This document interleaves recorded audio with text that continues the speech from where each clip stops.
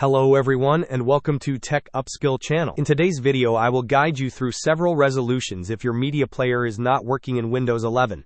And now let's get started.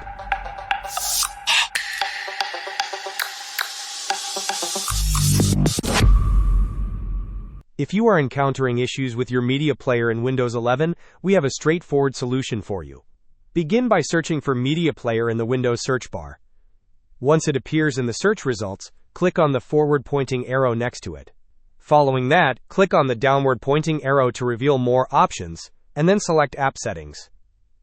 Allow a moment for the app settings to load. Scroll down within the app settings and locate the Terminate button. Click on Terminate to stop any redundant processes that might be running in the background. After terminating, click on the Repair button to fix any corrupted components of the media player. Please wait patiently until you see a tick mark, indicating that the repair process is complete.